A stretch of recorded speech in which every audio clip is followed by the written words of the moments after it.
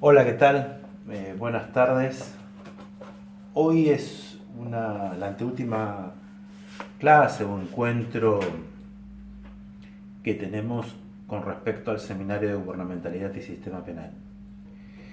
En la tarde de hoy vamos a ver brevemente el tema de lo que el Código de Procedimiento Penal establece como medidas cautelares. Medidas cautelares que en realidad son medidas de coerción tendientes a limitar la libertad de aquellas personas que por determinados motivos se encuentran implicadas en un hecho delictual. Tanto el Código de Procedimiento Penal de Nación como los distintos códigos de procedimientos de las provincias abordan el tema de las medidas de coerción. Estas medidas de coerción en que consisten fundamentalmente en que ante la posibilidad de que peligre una investigación penal, ante el peligro de que se puedan profugar y demás, las personas que estarían imputadas o sospechadas de la comisión de un delito son pasibles de ser privadas de su libertad en mayor o menor medida. Por eso el Código de Procedimiento establece distintas figuras, las cuales, conforme a sus características, son aplicadas en función de los hechos en los que se encuentran implicados. Y una valoración, evidentemente, que se hace dentro de esa cuestión. Por eso, cuando vemos este tema, es importante que ustedes tengan a mano el Código de Procedimiento Penal, en este caso yo usé el de la provincia de Buenos Aires. Además, cuando suba este video, ustedes van a tener, digamos, lo que llamamos la hoja de ruta, una hoja de ruta escrita directamente sintética para que ustedes puedan identificar estas figuras y a su vez con el video puedan completar el encuentro. Entonces, hablamos primeramente de las medidas cautelares o medidas de coerción. En este caso, primero podemos hacer una diferenciación. Hay medidas de coerción de carácter personal, que es con respecto a los individuos, pero también hay medidas de coerción de carácter real, o sea, que atacan el patrimonio de aquella persona que está imputada de un delito.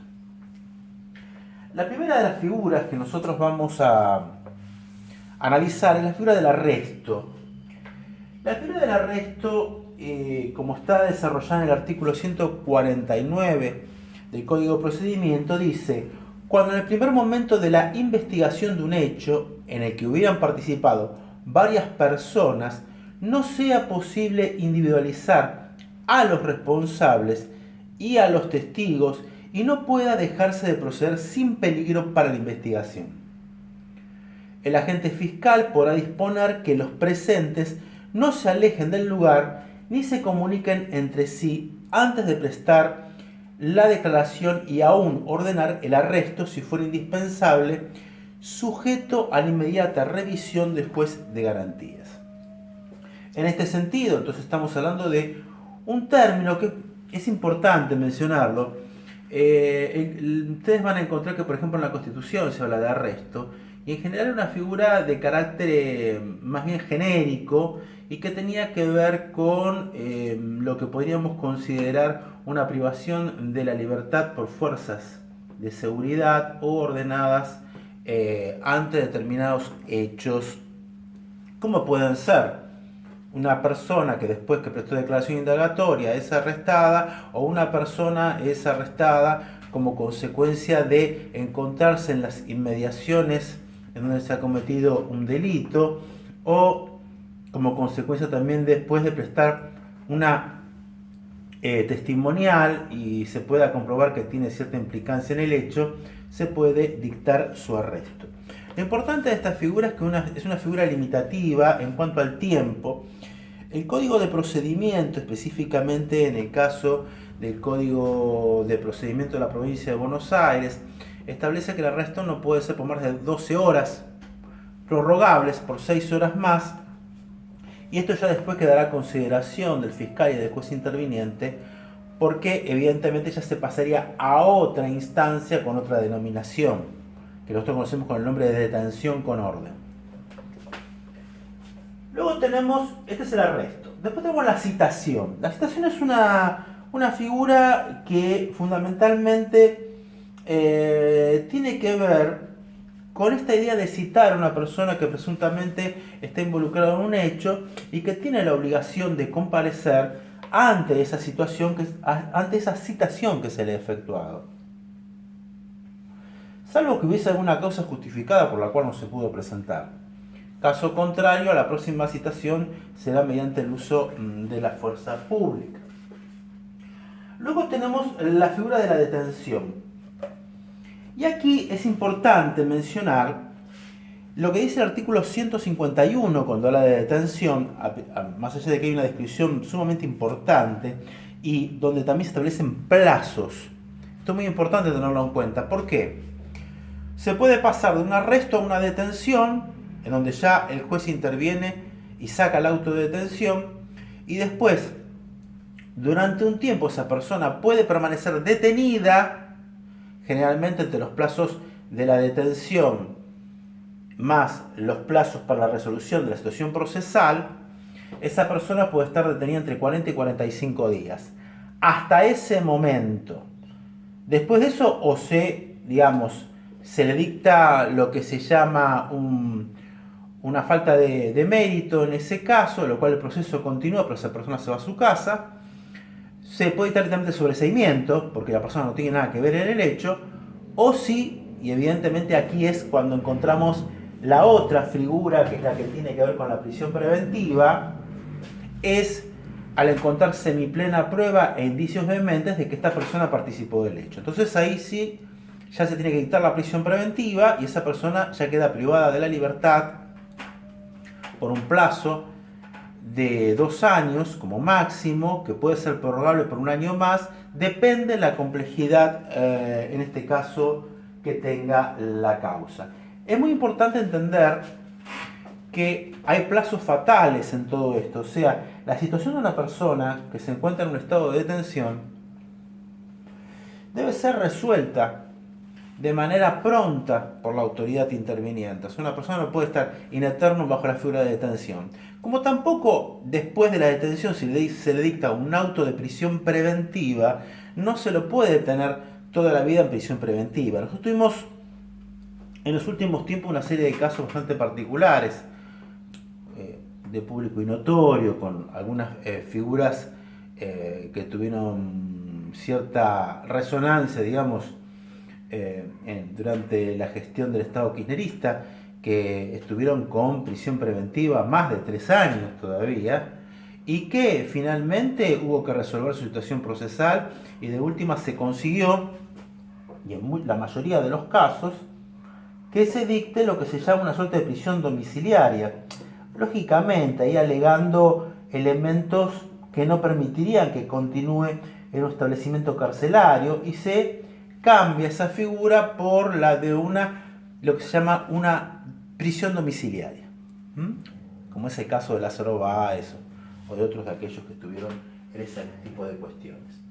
Entonces, los arrestos ya vimos: citación, detención, incomunicación, y aquí el tema de la incomunicación es un tema que cuando en el artículo 52 nos dice: con motivación suficiente el fiscal podrá ordenar la incomunicación del detenido por un plazo máximo de 48 horas. La medida cesará automáticamente al vencimiento de dicho término, salvo prórroga por otro término por resolución fundada del juez de garantías a instancias del Ministerio Público Fiscal. ¿Qué quiere decir esto? O sea, una persona se le dicta la incomunicación, ¿no? Está detenida, o sea, paso de arresto a detención, se le dicta la incomunicación, pasa 48 horas, para prorrogársela a esa incomunicación, el fiscal debe solicitarlo al juez. También, esta medida no es una medida que puede estar in eternum aplicada, sino que tiene un marco de limitación. Y lógicamente, durante la incomunicación, sí, la persona que está privada de la libertad puede tomar contacto con su abogado defensor a los fines del tratamiento de la causa. Eso es lógico. Lo que sí que no puede tener contacto con otras personas, ¿en razón de qué? Y fundamentalmente porque puede entorpecer la investigación, puede hacer ocultar pruebas, etcétera, etcétera. La aprehensión. La aprehensión es una figura que está relacionada fundamentalmente con la idea de la flagrancia. La flagrancia es lo que se llama infraganti o con las manos en la masa. El análisis de la flagrancia tiene ciertas particularidades porque también tiene un procedimiento procesal específico. La flagrancia se entiende tanto en los movimientos previos para cometer el delito, mientras se comete el delito o inmediatamente después. Todo eso entra dentro de la figura de flagrancia. ¿Quién puede aprender? Puede aprender un civil o puede aprender la fuerza de seguridad.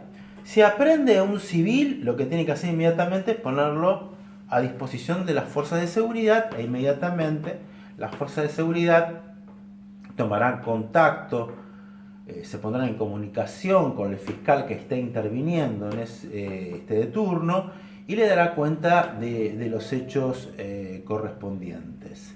Es una figura muy interesante.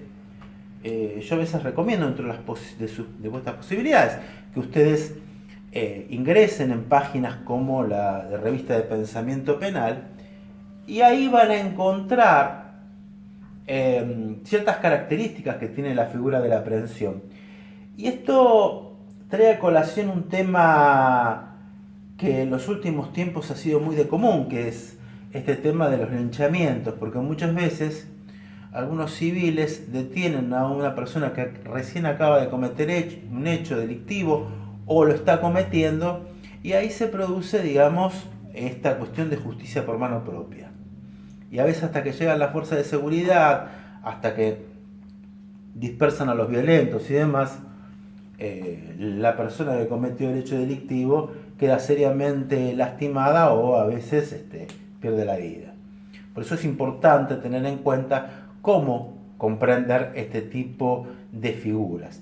Vuelvo a repetirles, además del video ustedes van a tener una descripción sintética de las particularidades que tienen estas figuras de coerción. En el segundo momento tenemos lo que se llaman medidas de coerción reales. Tenemos por un lado el embargo, ¿sí?, que es una medida de carácter patrimonial, gravable sobre ciertos y determinados bienes. ¿Para qué? Para asegurar lo que podríamos llamar el resarcimiento económico por el daño causado como consecuencia del delito. Y después está la inhibición general de bienes, que se aplica fundamentalmente cuando esta persona no tiene bienes suficientes para cubrir el daño causado o se desconoce la existencia de bienes. Entonces se hacen los gravamen correspondientes en donde los juzgados ordenan que se traben los embargos o las inhibiciones generales de bienes en los registros de propiedad correspondientes. Así, si ingresan bienes al patrimonio o se quieren dispersar bienes, estos quedan incólumes, no se pueden tocar, no se puede disponer de ellos porque se graban con estas medidas. Lógicamente que este tipo de cuestiones se va dando a lo largo del proceso. Generalmente, para darles un ejemplo, cuando se dicta el auto de prisión preventiva,